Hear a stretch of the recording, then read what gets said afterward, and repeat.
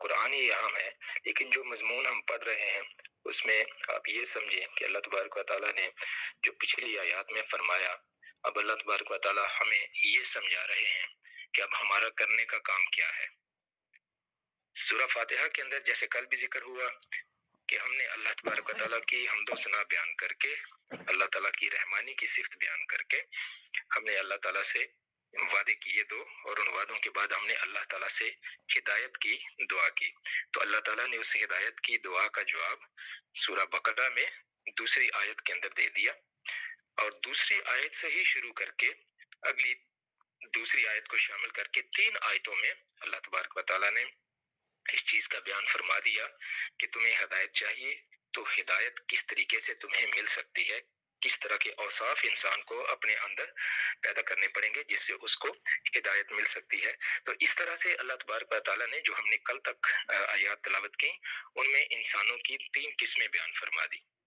پہلی 3 آیتوں کے اندر سورہ بقرہ کی جو الف لام میم کے بعد اللہ تبارک و تعالیٰ نے فرما دیا کہ مومنین متقین کون ہیں، اور یہ وہ لوگ ہیں کہ جن کو قرآن پاک سے ہدایت ملتی ہے، اور ان لوگوں نے قرآن پاک سے ہدایت لینے کو اپنا مطمئن نظر بنا لیا ہے۔ بعد کی 2 آیتیں جو تھیں وہ ان لوگوں کے لیے تھیں کہ جنہوں نے کھلے طور پر اللہ تعالیٰ کی آئی ہوئی ہدایت کا انکار کر دیا، اور اس کے بعد کی جو 13 آیتیں تھیں وہ اس خطرناک جماعت کے لیے تھیں کہ جنہوں نے ظاہری طور پر تو اسلام کو قبول کیا، مسلمانوں کے سامنے تو اسلام کو کسی نہ کسی شکل میں کہتے تھے کہ ہم مانتے ہیں، لیکن حقیقت میں وہ نہیں مانتے تھے، بلکہ ایسے کام کرتے تھے کہ جس سے مسلمانوں کو نقصان پہنچے۔ تو یہ منافقت کا اظہار انہوں نے کیا، تو یہ منافقین تھے۔ اب اس طرح سے یہ جو ہمارے پاس ٹوٹل 20 آیات جو کل تک ہم نے تلاوت کی سورہ بقرہ کی، اس میں ہدایت کو قبول کرنے والے اور اس کو قبول نہ کرنے والے، چاہے اعلانیہ چاہے خفی طور پر اس کو یا مخفی طور پر اس کو قبول نہ کرنے والے، اس طرح انسانوں کے اللہ تبارک و تعالیٰ نے 3 گروپ بیان فرما دیے۔ اب اس میں ایک چیز غور کرنے کی ہے کہ اللہ تعالیٰ کے نزدیک ہم لوگوں کی تقسیم کس بنیاد پر ہے۔ دنیا کے اندر ہم انسانوں نے اپنے آپ کو قوموں میں، اپنے نسب کے حوالے سے مختلف برادریوں میں، اور اپنے علاقوں کی وجہ سے مختلف طرح کے علاقوں میں یا ملکوں میں بانٹا ہوا ہے۔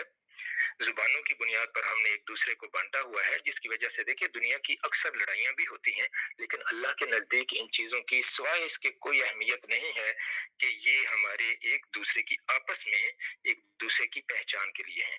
اللہ کے نزدیک ان کی کوئی بھی اہمیت نہیں ہے۔ اللہ کے نزدیک اہمیت ہے اس چیز کی کہ ہدایت کو کس نے تسلیم کیا اور ہدایت کا کس نے انکار کر دیا، یا سیدھا سیدھا انکار کر دیا، یا پھر ظاہری طور پر تو انکار نہ کیا لیکن اپنے دل کے اندر انکار کر دیا۔ تو اللہ تبارک و تعالیٰ اس طرح سے انسانوں کو 3 گروہوں میں تقسیم کرتا ہے۔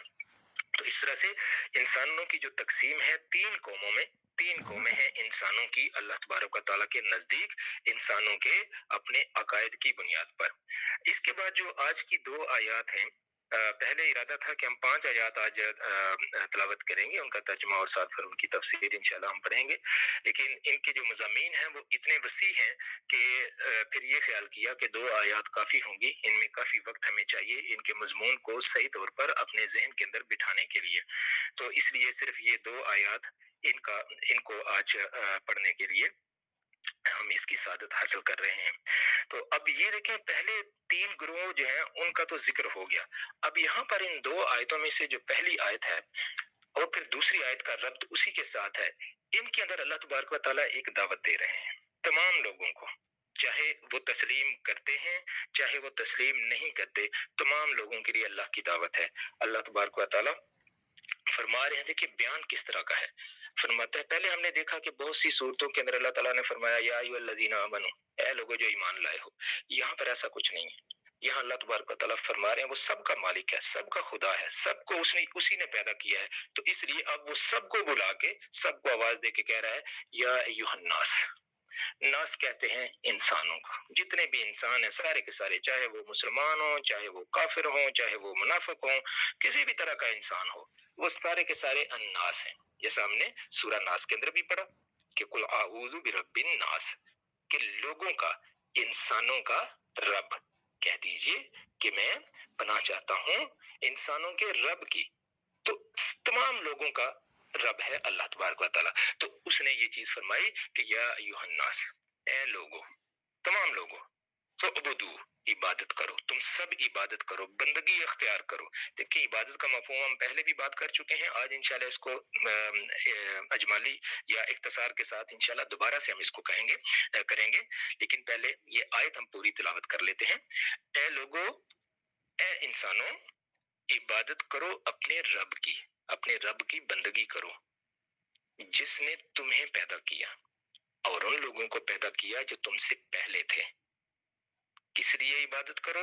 لعلکم تتقون، تاکہ تمہیں تقوی ملے، تم تقوی اختیار کرو. اب تقوی کیا ہے پہلے بھی اس کا ذکر ہو چکا، آج دوبارہ سے انشاءاللہ اس کو ہم ڈسکس کریں گے. اچھا اب دیکھیں یہاں پر بہت سی چیزیں اس ایک آیت کے اندر، بہت سی چیزیں ہیں، بہت زیادہ وقت اس کے لیے چاہیے. لیکن ہم اتنا زیادہ وقت کیونکہ ہمارے سیشن میں ہم نہیں کر سکتے، تو ہم یہ اب میں اپنے اوپر بھی چھوڑتا ہوں اور آپ سب جو بہن بھائی سن رہے ہیں آپ لوگوں کے اوپر بھی کہ اس کو مزید آپ پڑھیے. تو جو مختصر جتنا میں کر سکتا ہوں میں کوشش کروں گا کہ مختصر بھی ہو لیکن ساتھ وہ جامع بھی ہو، تاکہ پیغام جو ان آیات کے اندر ہے وہ بھی سب تک پہنچ جائے. تو اللہ تبارک و تعالیٰ پہلی بات تو یہ ہے کہ تمام لوگوں کو یہ پیغام دے رہے ہیں، سب کے لیے ہے کہ وہ اللہ کی بندگی اختیار کریں. اب ایمان والوں نے بندگی کس طرح اختیار کرنی ہے اور جو انکار کر رہے ہیں وہ کس طرح سے، ان کو کیسے خطاب ہے، اور جو نفاق کا اظہار کر رہے ہیں ان کو کیسے خطاب ہے، یہ ہم بعد میں دیکھتے ہیں. تو پہلے یہ دیکھیں کہ اللہ تبارک و تعالیٰ فرما رہا ہے کہ بندگی اختیار کرو ربکم، اپنے رب کی، الذی، جس نے خلقکم، تمہیں پیدا کیا. اب دیکھیے یہاں پر اللہ تبارک و تعالیٰ یہ بھی تو کہہ سکتے تھے کہ یا ایھا الناس اعبدوا، آگے اللہ تعالیٰ اپنا نام لے لیتے کہ اعبدوا اللہ، کہ اللہ تعالیٰ کی عبادت کرو. اللہ تبارک و تعالیٰ نے نہ اپنا ذاتی نام لیا نہ اپنا کوئی اور صفاتی نام لیا، ایک صفاتی نام لیا ہے اور وہ ہے رب. رب کی پہلے ہم یہ دیکھ چکے ہیں تشریح میں کہ رب کس کو کہتے ہیں. رب ہے پالنے والا، سسٹینر، جو ہر چیز پرووائڈ کرتا ہے. انسان کو جس چیز کی ضرورت ہوتی ہے انسان کو وہ دیتا ہے. تو اس نے کہا کہ عبادت صرف اس کی کرو جو تمہیں سب کچھ دے رہا ہے، کیونکہ حق اسی کا بنتا ہے جو دے رہا ہوتا ہے. ہم کسی کے پاس اگر نوکری کرتے ہیں تو نوکری کے دوران ہم کام کس کا کرتے ہیں؟ جو ہمیں تنخواہ دے رہا ہے. اگر ہم اس کو چھوڑ کر کسی اور کا کام کریں گے تو دنیا کے کسی بھی ضابطے کے مطابق ہم لوگ ایماندار نہیں کہلائیں گے. تو جب اللہ تبارک و تعالی ہمارا رب ہے تو وہ فرماتا ہے کہ اسی کی عبادت کرو. اب وہ یہاں پر بھی بات ختم کر سکتا تھا کہ یا ایھا الناس اعبدوا ربکم، اپنے رب کی عبادت کرو. اس نے بات یہاں پر ختم نہیں کی، اس نے پورا سمجھایا ہے تاکہ ہر سمجھ کا انسان اس بات کو اچھے طریقے سے سمجھ لے کہ رب کی عبادت کیوں کریں. اللہ نے فرمایا الذی خلقکم، تمہارا وہ رب جس نے تمہیں پیدا کیا. اب ذرا پیدائش کے اوپر انسان غور کرے کہ انسان کی پیدائش کس طریقے سے ہو رہی ہے، باقی تمام مخلوقات کیسے پیدا ہو رہی ہیں. باپ کی طرف سے، ماں کی طرف سے ان کے جو سیلز آتے ہیں، باپ کی طرف سے آنے والے سیلز کی تعداد کروڑوں میں ہوتی ہے. کروڑوں میں، ایک سیل باپ کی طرف سے نہیں آتا، کروڑوں کی تعداد میں سیلز آتے ہیں. اور ان سیلز میں سے صرف ایک سیل نے ماں کے رحم میں موجود سیل کے ساتھ جا کے ملنا ہوتا ہے. تو وہ ذات جس نے ان تمام سیلز کو پیدا کیا اور ان سیلز کو جب وہ ماں کے جسم میں داخل ہوتے ہیں تو وہاں پر جا کے ان سیلز نے حرکت کر کے تو پہنچ رہا ہے ایک خاص جگہ پر کہ جہاں پر رحم مادر کے اندر وہ سیل موجود ہے جس کے ساتھ اس نے جا کے تو ملنا ہے. تو سپرمز کا یہ لمبا سفر ایک عجیب و غریب اس کی بایو کیمسٹری اور اس کی فزیولوجی ہے. اس کو آپ خود پڑھیے، آپ حیران ہو جائیں گے. جنہوں نے پہلے پڑھا ہے وہ جتنے پہلے حیران تھے آج دوبارہ جا کے پڑھیے، ان کی حیرت اس سے کئی گنا زیادہ ہو جائے گی کہ ہمارے رب نے یہ سارا نظام کیا بنا دیا ہے. تو وہ فرماتا ہے کہ میں نے تمہیں پیدا کیا. اور دیکھیں جب کروڑوں سپرمز جب موو کر رہے ہوتے ہیں جینیٹل پارٹس کے باہر والے حصے سے رحم مادر کے اندر والے حصے کی طرف، اووریز کی طرف وہ جا رہے ہوتے ہیں جہاں پر ان کی جو اوویڈیوکل فنلز ہیں وہاں پر یہ ایک سیل ہوتا ہے جس کو ہم اووم کہتے ہیں یا ایگ کہتے ہیں. تو اس سیل کے ساتھ جا کے بہت بڑی تعداد میں سپرمز اس کے اوپر جا کے جڑ جاتے ہیں.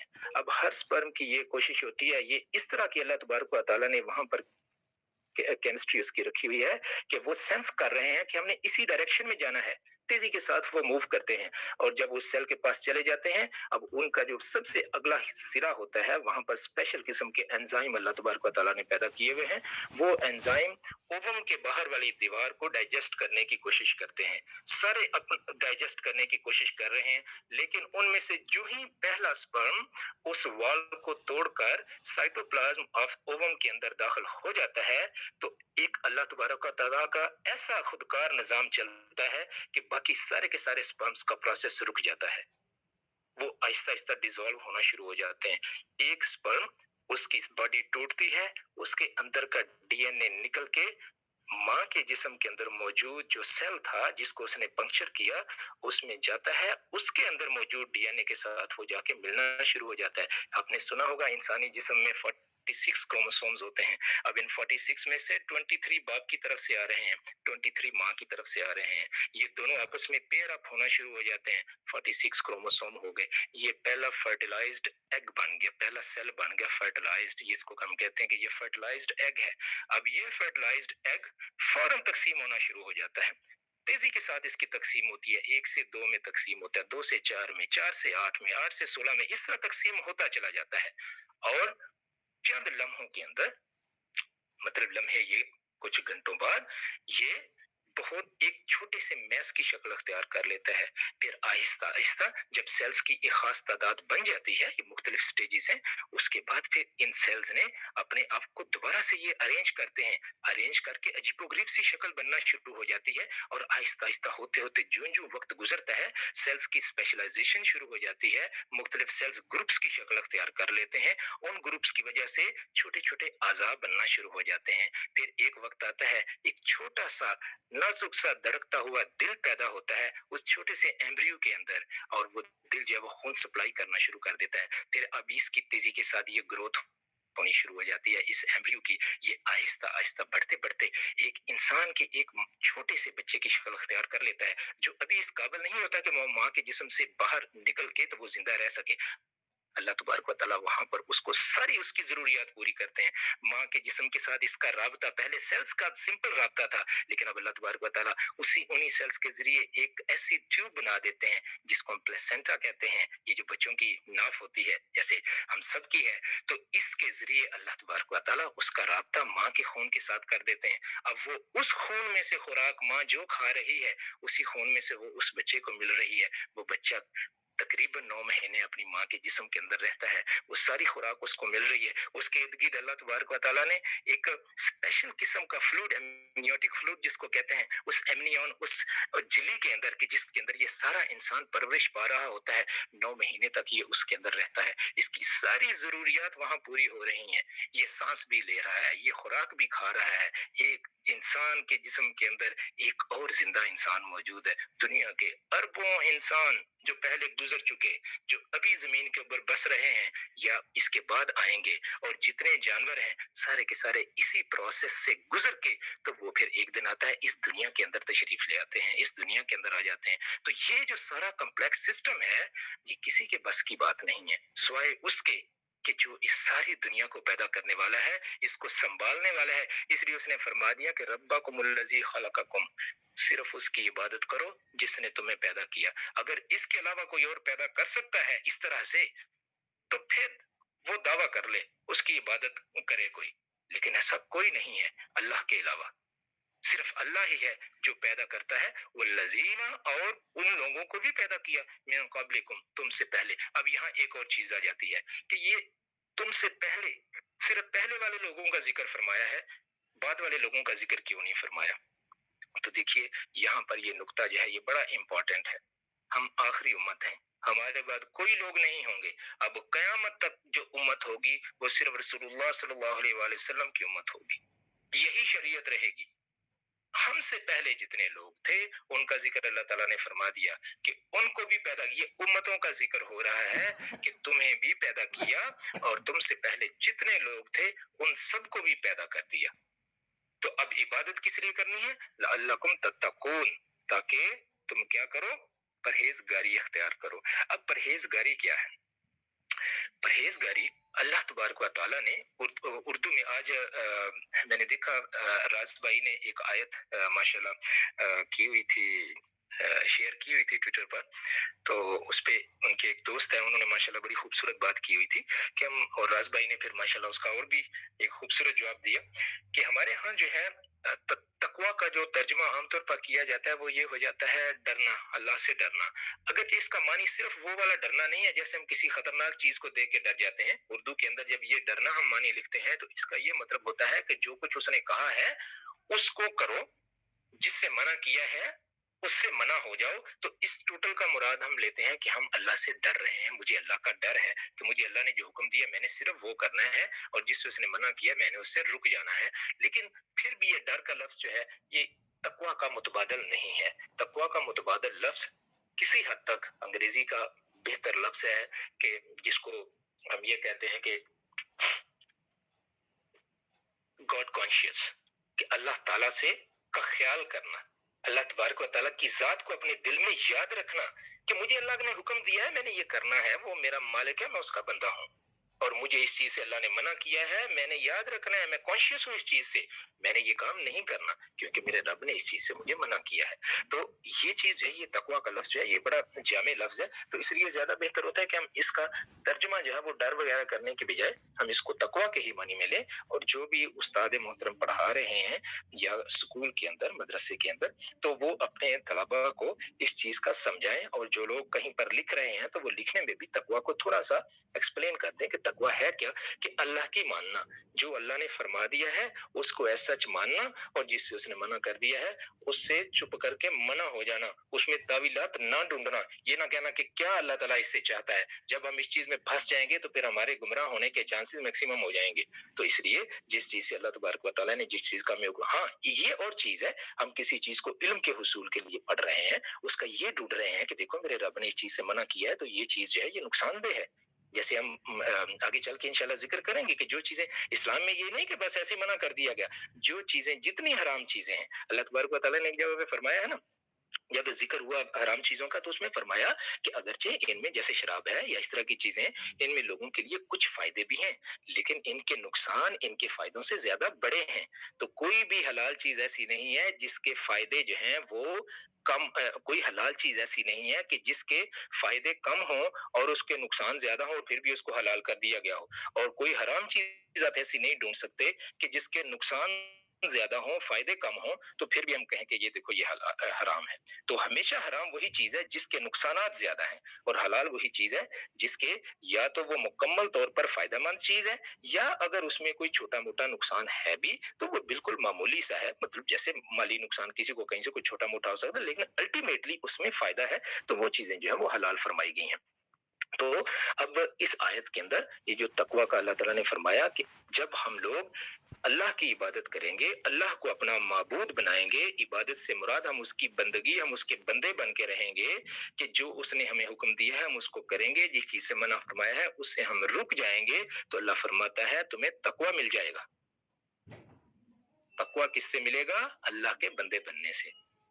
अल्लाह के बंदे बन जाएंगे, अल्लाह हमसे खुश हो जाएगा, हमें तकवा मिल गया। अब देखिए, अब ये पैगाम जो है ये सबको है, ईमान वालों को भी है, मुकम्मल इनकार कर देने वालों को भी है, और दरमियान में लटके हुए जो हैं कि कभी ईमान की बात कर ली और कभी दूसरी तरफ चले गए, या मुसलमानों के सामने ईमान की बात कर ली और जब अपने शैतानों की तरफ गए या अपने फायदे के लोगों की तरफ गए तो उनके सामने जाके कहा नहीं नहीं ऐसे मजाक कर रहे थे, जो मुनाफिक है उनके लिए भी है। अब मुसलमानों के लिए ये पैगाम किस तरह, ये हम शुरू करते हैं मुसलमानों से कि जो ईमान वाले हैं उनसे ये पैगाम किस तरह से है कि मुसलमान इस चीज को जब सुनते हैं तो वो अपनी जो वो अल्लाह तबारक व तआला की इबादत कर रहे हैं, अल्लाह तबारक व तआला की मान के चल रहे हैं, उसके ऊपर साबित कदम रहें और उसमें मजीद बेहतरी लाने की कोशिश करें और उसको ज्यादा से ज्यादा करने की कोशिश करें। कुफार को ये हुक्म ये दिया गया कि अपने जितने तुम्हारे झूठे माबूद हैं उन सबको छोड़ो और सिर्फ अल्लाह तबारक व तआला की बंदगी अख्तियार करो।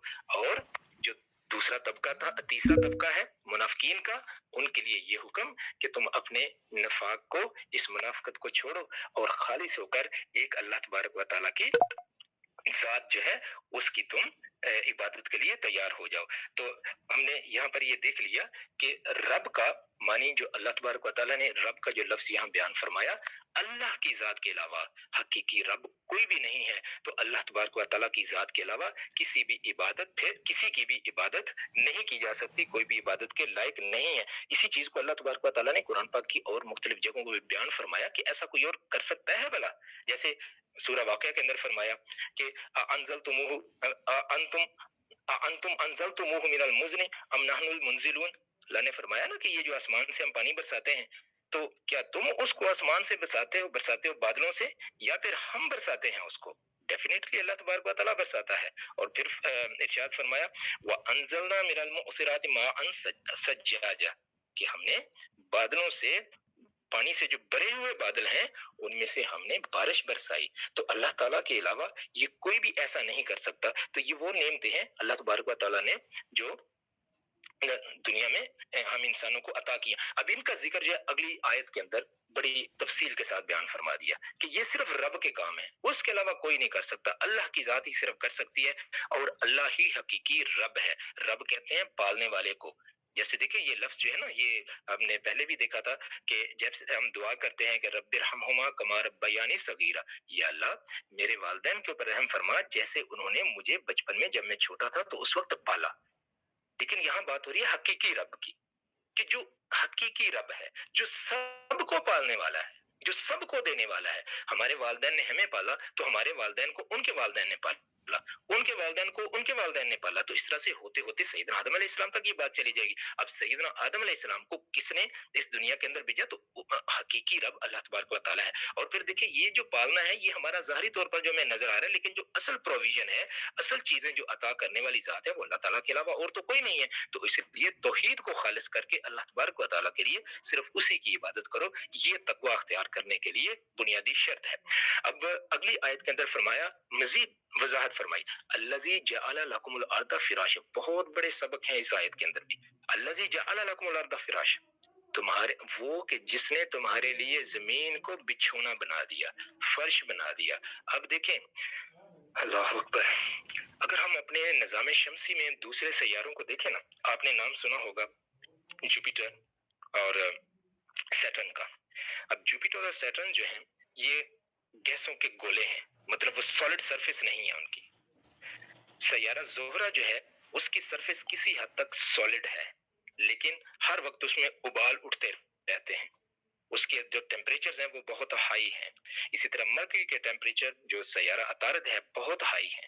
अगर हम किसी और सैयारे की बात करें तो अगरचे वो सॉलिड हैं जैसे कि मरीख है, लेकिन उनकी आबो हवा ऐसी नहीं है कि जो कि जहां पर इंसान जिंदा रह सके। सिर्फ एक ऐसा ही पूरे के पूरे नॉन यूनिवर्स में जमीन ही ऐसा सैयारा है कि जहां पर जिंदगी कायम रह सकती है। तो अल्लाह ने इसका खुसूसी तौर पर जिक्र फरमाया क्योंकि इंसान को उसने इसके ऊपर बसाया हुआ है। तो वो फरमाता है कि तुम्हारे लिए जमीन को बिछोना बना दिया। ना तो ये मुकम्मल तौर पर रॉकी है कि वहां पर कोई चीज उगी ना सके, और ना ये इतनी नर्म है कि कोई चीज वहां ठहर ही ना सके जैसा कि सैटर्न और जुपिटर है।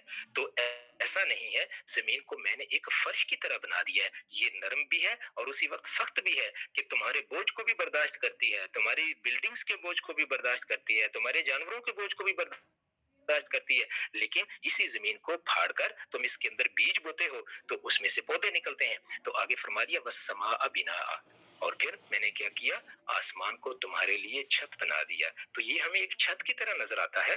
तो देखें कुरान पाक का जो बयान है वो तमाम इंसानों के लिए है। इसको एक कम से कम अकल वाला इंसान भी आसानी से समझ सकता है और दुनिया का बहुत बड़ा फलसफी भी आसानी के साथ समझ सकता है। तो इसलिए बयान अल्लाह तबारक व तआला ने इस तरह से फरमाया ताकि हर किसी को उसकी अकल के मुताबिक बात समझ में आ सके। तो आसमान हमें देखने में एक कैनोपी की तरह लगता है, एक छत की तरह लगता है। तो अल्लाह ने इसके अंदर अल्लाह तबारक व तआला ने ज़ाहिरी तौर पर इसके बनाव श्रृंगार के लिए इसके अंदर सितारे पैदा फरमाए। आम लोगों के लिए वो बनाव श्रृंगार है, लेकिन जब हम इससे आगे चलते हैं, जब ज्यादा जो खोज करने वाले लोग हैं वो देखते हैं, उनके लिए ये बनाव श्रृंगार भी है और इससे बहुत आगे बढ़ के भी है। अच्छा, फिर अल्लाह तबारक व तआला ने एक और चीज का जिक्र, दो चीजें यहाँ पर होगी, दो नेमतें, तीसरी चीज का जिक्र फरमाया वो अनज़ला मिनस समाई माआ, और اور आसमान से पानी बरसाया। अब यहाँ तक करके अब मैं दोबारा जमीन की तरफ आता हूँ कि जमीन का जिक्र यहाँ पर खसूसी फरमाया। अब जमीन में ऐसी क्या खास चीज है, ये फर्श है, कुछ चीजें तो हमने पहले बयान कर दी। देखिए, जब हम जियोलॉजी को देखते हैं, जमीन की जो इसकी जियो हिस्ट्री है उसको जब हम देखते हैं तो उसके बारे में अब तक की जितनी इंसान की रिसर्च है उससे ये पता चला कि जमीन हमेशा से ऐसी नहीं थी। अल्लाह तबारक व तआला ने कुरान में इसका जिक्र फरमाया है कि जब मैंने इसको पैदा किया तो ये हिल रही थी। आप में से अक्सर लोगों ने अगर घर में कभी हलवा पकते हुए देखा हो, हलवा जब बिल्कुल तैयार होने वाला होता है तो उसमें जिस तरह के उबाल उठ रहे होते हैं ना, उसकी सरफेस के अंदर से कोई बुलबुला उठता है और वो जो सरफेस पहले बिल्कुल मस्तवी हो चुकी होती है, बिल्कुल बराबर हो चुकी होती है, उसमें एक फोड़े की शक्ल में वो फट पड़ता है। इसी तरह की कंडीशन थी जमीन की जब ये गर्म थी, आहिस्ता आहिस्ता ठंडी होती गई और जो जो वो हलवा ठंडा होता जाता है ना तो हम देखते हैं कि वो उसके उबाल खत्म होते चले जाते हैं और आखिरकार क्या होता है कि उसकी सरफेस जो है वो ठंडी होके तो फिर क्या होता है, एक सॉलिड फॉर्म, सेमी सॉलिड पहले होता है, उसके बाद आहिस्ता आहिस्ता सॉलिड हो जाता है। ना वो बहुत सख्त होता है और ना वो ये हलवे की मिसाल जो है ये पता नहीं कहाँ से ज़हन में आ गई, लेकिन ये इसके साथ बड़ी फिट बैठती है। तो वो इसकी जमीन की जो कंडीशन है वो तकरीबन तकरीबन हम इस तरह से आसानी से समझ सकते हैं। अब इस जमीन में इसकी शुरू में इसके ऊपर कुछ भी नहीं था। सबसे पहले अल्लाह तबारक व तआला ने इसको गैसियस फॉर्म में बनाया, इसको ठंडा किया। अल्लाह फरमाता है ये हिल रही थी, मैंने इसके अंदर पहाड़ मेखें बना दी। तो ये जब हिलती है, जब कोई आतिश शाम फटता है तो देखिए सारा मादा बाहर को निकलता है, तो ये पहाड़ इस तरीके से मार्ज वजूद में आए, तो पहाड़ बन गए। जब पहाड़ बने तो इसकी जो एटमॉस्फेयर थी, उस एटमॉस्फेयर में वो तमाम चीजें मौजूद नहीं थी जो यहाँ पर जिंदगी को सस्टेन करने के लिए जरूरत थी जिनकी। मिसाल के तौर पर इसमें फ्री ऑक्सीजन मौजूद नहीं थी, इस तरह से इसमें जो पानी है वो इस तरह से मौजूद नहीं था। तो अल्लाह तबारक व तआला ने फरमाया कि मैंने इस पे पानी बरसाया, मैंने आसमान से इस पे पानी बरसाया। पानी बरसा, टेम्परेचर बहुत ज्यादा था, इवेपोरेट हुआ, दोबारा से फिर आसमान पे बादलों की शक्ल में चला गया, बुखारात की शक्ल में चला गया, फिर बरसा, फिर चला गया। आहिस्ता आहिस्ता ये ठंडी होती चली गई। जब ये ठंडी हुई, इसकी जो रॉक्स हैं वो जम गई, लेकिन अब वो रॉक्स जो थी वो इस काबिल नहीं थी कि उनके ऊपर किसी तरह की जिंदगी कायम हो सकती।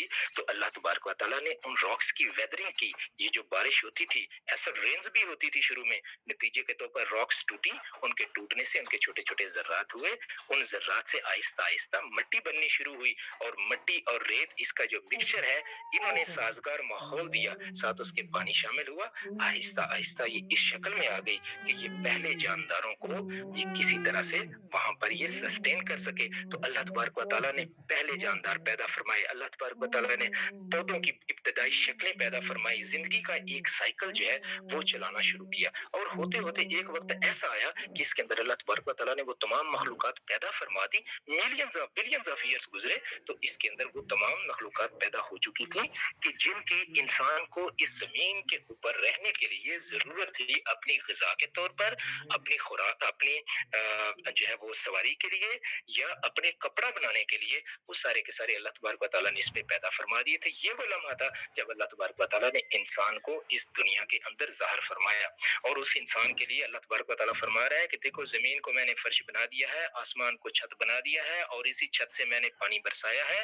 फ़अख़रज बिही मिनस समराति रिज़्क़न लकुम, और फिर इस पानी के जरिए मैंने तुम्हारे लिए फलों से रिस्क निकाल दिया। अब फलों से मुराद हरगिज हम सिंपली ये ना लें जैसे फ्रूट्स, जिसको हम अंग्रेजी में फ्रूट्स कहते हैं, कि बायोलॉजिकली देखें फल जो है वो और चीज, ये जिनको हम फल कहते हैं जरूरी नहीं वो सारे के सारे बायोलॉजिकली फल हों। फल से मुराद हर वो चीज जो पैदा कर रहा है और उसको हम खाने के लिए इस्तेमाल कर रहे हैं, ये सारे के सारे फल हैं। अब जैसे देखिए फलों में प्रॉपरली तो जैसे सेब है, ये एक फल है, जो हमारा माल्टा है ये एक फल है, लेकिन बहुत सी चीजें ऐसी हैं कि उनको हम फल कह देते हैं। जैसे बादाम है, बादाम फल तो नहीं है, वो तो बीज है, लेकिन हम उसको ड्राई फ्रूट कहते हैं। इसी तरह से और बहुत सी चीजें हैं। तो ये आलू है, आलू बायोलॉजिकली जड़ें हैं, सॉरी तना है, लेकिन हम उसको वो कहेंगे जी ये भी एक तरह का जो है ना ये सब्जी है, हम उसको सब्जी कह देते हैं, हालांकि वो उस कैटेगरी में नहीं आती, ना तो वो सब्ज रंग की होती है। तो ये एक जनरल टर्म है उन तमाम चीजों के लिए कि जिनको हम अपनी जिंदगी को कायम रखने के लिए ये जो पौधों में से हम खाते हैं। तो अल्लाह ताला फरमाता है बुनियादी तुम्हारे लिए जो रिस्क मैंने पैदा किया वो इन फलों से पैदा कर दिया। अब आगे चल के अल्लाह तबारक व तआला वो बात फरमा रहे हैं जो ये सारी जो इन दोनों आयात के अंदर अल्लाह तबारक व तआला ने इतनी नेमतों का ذکر فرمایا ہے تو وہ نعمتیں جو ہیں ان کا ذکر فرمانے کی وجہ اللہ تعالیٰ نے فرمایا کہ اب جب یہ سارا کچھ صرف اللہ تعالیٰ کی ذات کر رہی ہے تو اب کسی اور کا حق بن سکتا ہے کیا اللہ کے علاوہ کہ اس کی عبادت کی جائے؟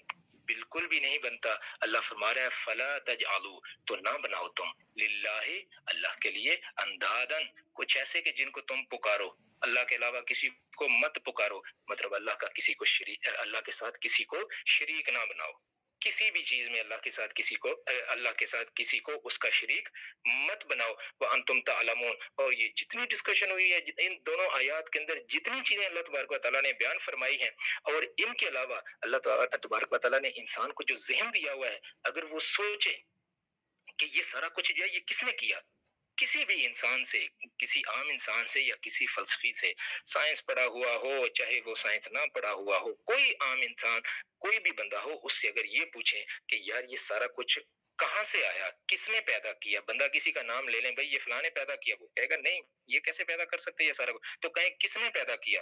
دو طرح کے لوگ ہوں گے، ایک وہ ہیں جو کہیں گے کہ اس ذات نے پیدا کیا جو سب کو پیدا کرنے والی ذات ہے، یعنی اللہ نے پیدا کیا۔ دوسری کیٹیگری ہوگی وہ کہیں گے خود بخود پیدا ہو گئے۔ اب یہ جو کہہ رہے ہیں خود بخود پیدا ہو گئے، یہ ابھی بیچارے ایک مخمسے میں مبتلا ہیں یا ایک غلط فہمی میں مبتلا ہیں۔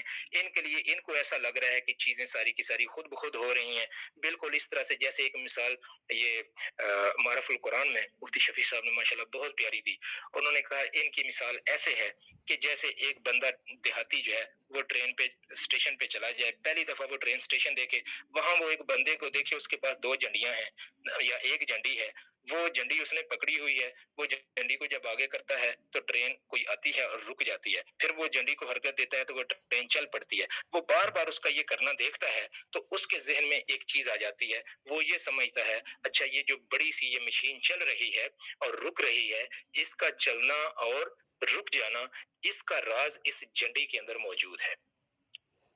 اب یہ اس کی سوچ ہوگی، تو اللہ کو نہ ماننے والے اور اللہ کا انکار کرنے والوں کا حال اس بندے کی طرح کا ہے کہ جو اس جھنڈی کو دیکھ کر ٹرین کا چلنا اور رکنا سمجھ رہا ہے۔ لیکن اگر انسان تھوڑا سا دماغ کو استعمال کرے تو اس کو پتا چلے گا کہ نہیں، یہ جو گاڑی ہے اس کے اندر ایک ڈرائیور بیٹھا ہوا ہے، وہ گاڑی کو چلا رہا ہے۔ تھوڑا سا اور دماغ استعمال کرے گا تو کہے گا نہیں، ڈرائیور صرف کنٹرول کر رہا ہے، اس گاڑی جو ہے اس کے آگے انجن لگا ہوا ہے جو کہ اس گاڑی کو چلا رہا ہے، اور اس انجن کے اندر کوئی چیز ڈالی جا رہی ہے، ڈیزل ڈالا جا رہا ہے، کوئی اور فیول ڈالا جا رہا ہے، لکڑی یا کوئلہ ڈالا جا رہا ہے، جس کی وجہ سے وہ انجن حرکت کر رہا ہے۔ اس سے زیادہ ڈیپلی ہم سوچیں گے تو دیکھیں گے اچھا نہیں، یہ صرف فیول نہیں، فیول جو ہے وہ برن کرتا ہے آکسیجن کے ساتھ مل کے، تو اس آکسیڈیشن پروسیس میں بہت سی ہیٹ پروڈیوس ہوتی ہے، وہ ہیٹ جو ہے وہ اسٹیم کو چلاتی ہے، اور اس کی یا اس کے اندر جو انجن اگر ڈیزل انجن ہے تو اس کے اندر جو گیس ہے اس گیس کو وہ گرم کرتی ہے، جس کی وجہ سے پسٹن موو کرتا ہے، تو وہ میکینیکل سسٹم کی وجہ سے یہ ساری کی ساری جو ہے ٹرین موو کر رہی ہے۔ اس سے آگے جب چلیں گے تو ہم مالیکولر لیول پر چلے جائیں گے کہ جی فلاں مالیکیولز ہیں، یہ جب ملتے ہیں تو ان کی وجہ سے جو ہے وہ اتنی انرجی پروڈیوس ہو رہی ہے، جس سے جو اس سے آگے چلیں گے تو بات ہوتے ہوتے ہوتے ہوتے ایٹم اور ایٹموں کے سب ایٹمی پارٹیکل، اور اس کے بعد ہوتے ہوتے پھر کوارکس تک پہنچے گی، کوارکس سے آگے اسٹرنگس تک پہنچے گی، اسٹرنگ سے آگے کیا ہے؟ اسٹرنگ سے آگے تو کچھ بھی نہیں ہے، اس کے آگے پھر اللہ تبارک و تعالیٰ کا حکم ہے، وہ یہ سب کچھ اس کے حکم سے چل رہا ہے۔ تو پھر یہاں پر آ کے یہ الٹیمیٹ وہ پوائنٹ ہے کہ جہاں پر ہر انسان یہ ماننے پہ مجبور ہو جائے گا کہ ایک ذات ہے جس نے یہ سارا کچھ چلایا ہوا ہے۔ یہ ضروری نہیں کہ وہ ذات ہمیں سمجھ میں آئے، لیکن ایک چیز اس ذات کی ضرور سمجھ میں آتی ہے، اور وہ یہ ہے کہ کرنے والی ذات ہے۔ باقی وہ ذات کیسی ہے اس کے بارے میں ہم کبھی نہیں جان سکیں گے، ہم صرف یہ جان سکتے ہیں کہ ہاں وہ ذات ہے، کیونکہ دنیا کی ایک چھوٹی سی مشینری اگر ہم لے لیں، وہ مشینری خود بخود نہ تو بنتی ہے اور نہ خود بخود چلتی ہے۔ ہمارے موبائل فون کسی نہ کسی کمپنی سے بن کے آتے ہیں، ایسا نہیں ہوتا کہ موبائل فون خود بخود بن جائے۔ جب ایک اور موبائل فون کے اندر جب تک بیٹری موجود ہے موبائل فون کام کرتا ہے، اب بیٹری نکال دیجئے موبائل فون کام کرنا چھوڑ دے گا۔ بیٹری نہ نکالیے، بیٹری کے جو دو الیکٹروڈز ہیں جو کہ اس کو جوڑ رہے ہیں فون کے ساتھ، ان میں سے ایک الیکٹروڈ کو کوئی چھوٹا سا جمور سا لے کے تو اس کو کاٹ دیجئے، دیکھیے بھلا فون چلتا ہے؟ وہ بھی رک جائے گا. اور فون کا کوئی جو اندر مشینری ہے اس مشینری میں سے کسی چمٹی کے ذریعے ایک پرزا جو ہے نا اس کو نکال دیجئے اور پھر دیکھیے ذرا فون صحیح پراپرلی فنکشن کرتا ہے یا مکمل طور پر چلتا ہے. وہ نہیں چلے گا. جب یہ چھوٹی چھوٹی چیزیں نہیں چل رہی خود بخود، یہ کیسے ممکن ہے کہ دنیا کا اتنا بڑا نظام اور اتنی کمپلیکس انسان کی باڈی، اس کے بننے کا اتنا کمپلیکس پروسیس، اور اس زمین کے اوپر اس کے لیے بنایا گیا اللہ تبارک و تعالیٰ کا اتنا سازگار ماحول. دیکھیں آج کل گلوبل وارمنگ کی بات ہو رہی ہے نا، کاربن ڈائی آکسائڈ کی اماؤنٹ جو ہماری فضا کے اندر ہے بہت تھوڑی ہے، بہت کم پرسنٹیج ہے اس کی. تھوڑی سی اگر اس کی اماؤنٹ میں زیادتی ہو جاتی ہے اس کی وجہ سے موسموں میں چینج آ جاتی ہے. اس کی وجہ سے وہ پہلے جن علاقوں میں شدید برف باری ہوتی تھی آج ان میں برف باریاں کم ہو گئیں. تو یہ بارشیں بہت ہوتی تھی، بارشیں کم ہو گئیں یا بارشیں زیادہ ہونی شروع ہو گئیں. تو یہ ماحول کو یہ چھوٹی چھوٹی اماؤنٹ جو افیکٹ کرتی ہے. تو اللہ تبارک و تعالیٰ نے یہ ساری چیزیں ایک خاص اندازے سے ایک خاص پروپورشن میں رکھی ہوئی ہیں جو اس کائنات کے اس زمین کے اوپر زندگی کو سسٹین کیے ہوئے ہیں. تو اللہ تبارک و تعالیٰ اسی لیے فرماتا ہے کہ اے لوگوں عبادت کرو اس کی جس نے تمہیں پیدا کیا، تم سے پہلے لوگوں کو پیدا کیا تاکہ تم تقوی اختیار کرو.